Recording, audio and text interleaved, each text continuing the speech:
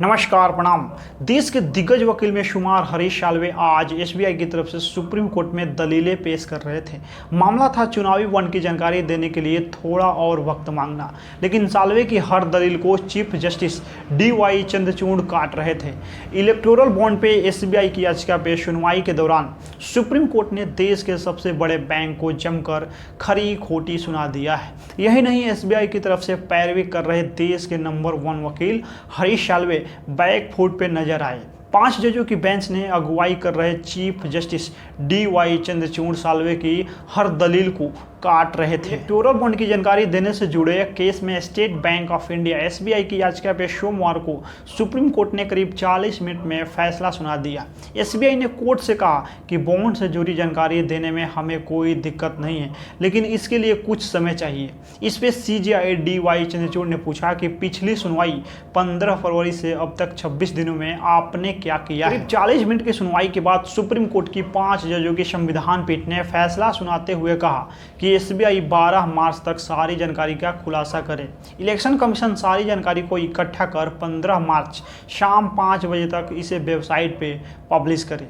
दरअसल supreme court की 5 जजों की संविधान पीठ ने 15 फरवरी को इलेक्टोरल बॉन्ड की बिक्री पे रोक लगा दी थी।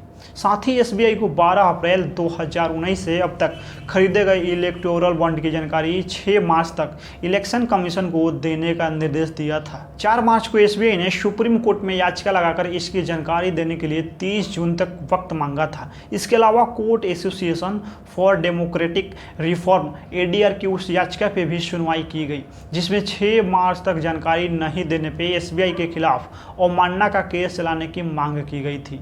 ADR ने 7 मार्च को सुप्रीम कोर्ट में state bank of India SBI के खिलाफ अवमानना याचिका दायर कर दी। ADR ने कहा कि SBI का मोहलत मांगना इस प्रक्रिया की पारदर्शिता पे सवाल उठाता है।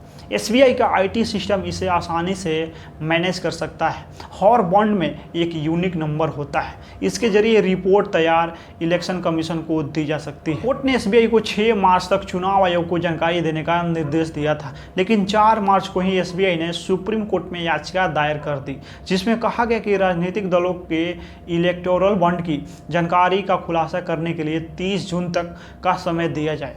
SBI ने कहा कि उन्हें डिटेल निकालने के लिए और समय चाहिए। करीब 40 मिनट के बाद कोर्ट ने फैसला लिखना शुरू किया। कोर्ट ने SBI state bank of India को 12 मार्च तक इलेक्टोरल बॉन्ड की जानकारी देने का आदेश देते हुए 30 जून तक का समय देने वाली याचिका को खारिज कर दिया। इसके अलावा चुनाव आयोग से कहा कि वे सारी जानकारी इकट्ठा कर 15 मार्च शाम 5 बजे तक वेबसाइट पे पब्लिश करें। जया ठाकुर लिखती है कि सुप्रीम कोर्ट ने मामले की गंभीरता को समझा और SBI को कल तक सभी दस्तावेज जमा करने के लिए दिशा निर्देश दिए।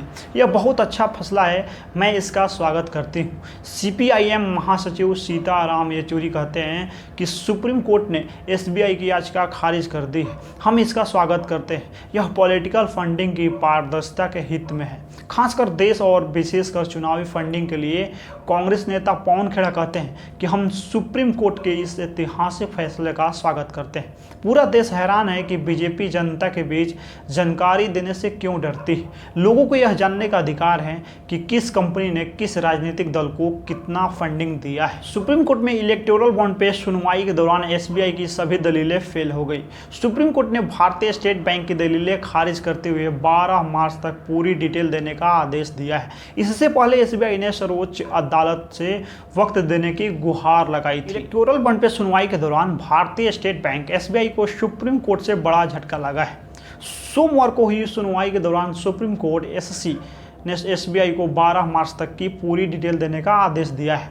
इससे पहले सुनवाई के दौरान SBI की तरफ से पेश हुए सीनियर वकील हरीश साल्वे ने जानकारी देने के लिए 30 जून तक वक्त मांगा था, लेकिन सुनवाई के दौरान साल्वे ने कहा कि कोर्ट ने SBI को बॉन्ड की खरीद की जानकारी देने के निर्देश दिए हैं, जिसमें खरीदारों के साथ साथ बॉन्ड की कीमत जैसी जानकारी शामिल है। साल्वे ने सुनवाई के दौरान कहा कि इसके अलावा राजनीतिक दलों का विवरण, पार्टियों को कितने बॉन्ड मिले, यह जानकारी भी देना है। लेकिन समस्या यह है कि जानकारी को निकालने के लिए एक पूरी प्रक्रिया को उलटना पड़ेगा।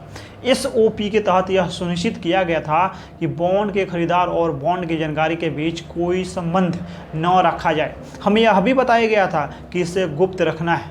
बॉन्ड खरीदने वाले का नाम और खरीदने की तारीख कोड की गई है। जिसे डिकोड करने में समय लगता है। आप इलेक्ट्रिकल बॉन्ड के बारे में क्या जानते हैं, क्या समझते हैं, इस वीडियो में आप लोग अपना प्रतिक्रिया दे दीजिए। मिलते हैं हम अगला वीडियो में, तब तक के लिए धन्यवाद।